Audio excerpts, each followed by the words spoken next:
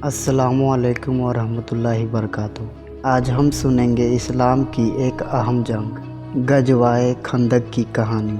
यह वह जंग थी जब मुसलमानों की गिनती बहुत कम थी और दुश्मन 10,000 की फौज लेकर मदीना पहुंच गया था। लेकिन अल्लाह की मदद और एक नए तरीके ने इस्लाम को बड़ी फतेह दिलाई। ये ईमान और अफरोज की कहानी। मक्का के कुरैश मुसलमानों की तरक्की और इस्लाम के फैलाव से परेशान थे। उहुद की जंग के बाद भी उनका बदला बाकी था। उन्होंने आसपास के यहूदी कबीलों और अरब के दूसरे कबीले को भी साथ मिला लिया। कम से कम 10,000 का बड़ा लश्कर तैयार हुआ। उनका इरादा था कि मदीने को घेर कर मुसलमानों का नामो निशान मिटा दिया जाए। जब ये खबर मदीना पहुंची तो मुसलमानों की गिनती सिर्फ 3,000 थी। सब परेशान थे कि इतनी बड़े लश्कर से कैसे लड़ा जाए। उसी वक्त सलमान फारसी ने कहे, मेरे वतन में जब बड़े लश्कर आते हैं तो हम शहर के चारों ओर खंदक खोद देते हैं। दुश्मन अपने लश्कर लेके ना घोड़े से आ पाएगा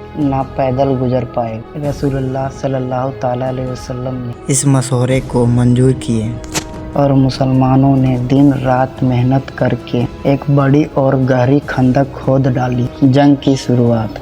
जब कुरैश और उनके साथी जब मदीने पहुंचे तो उन्होंने कभी ये मंजर नहीं देखा था। एक बहुत बड़ी खंदक देखकर सब हैरान रह गए। कई जगह कोशिश की गई कि खंदक पार की जाए लेकिन नाकाम रहे। मशहूर जंगी सुरमा घोड़े पे सवार होकर खंदक को ललकारा।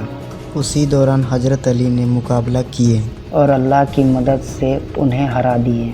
घेराबंदी और अल्लाह की मदद। दुश्मनों ने लगभग 27 दिन तक मदीना को घेर कर रखा। मदीने शरीफ में खाने पीने की कमी होने लगी। उसी वक्त अल्लाह ने मदद भेजी। तेज ठंडी हवा चलने लगी। दुश्मनों का टेंट उखड़ गया, आग बुझ गई और दुश्मन का हौसला टूट गया।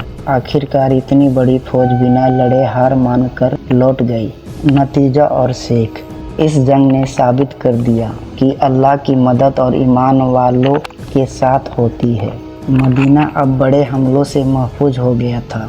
कुरैश की ताकत अब टूट गई थी और धीरे धीरे इस्लाम का पैगाम पूरे अरब में फैल गया। कुरान की सूरह अल अहज़ाब में इस जंग का जिक्र आता है जो हमें सब्र और अल्लाह पर भरोसा करने का सबक देती है।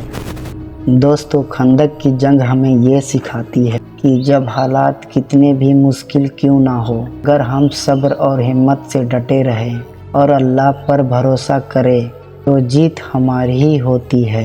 अल्लाह हम सबको ईमान पर कामयाब रखे। आमीन।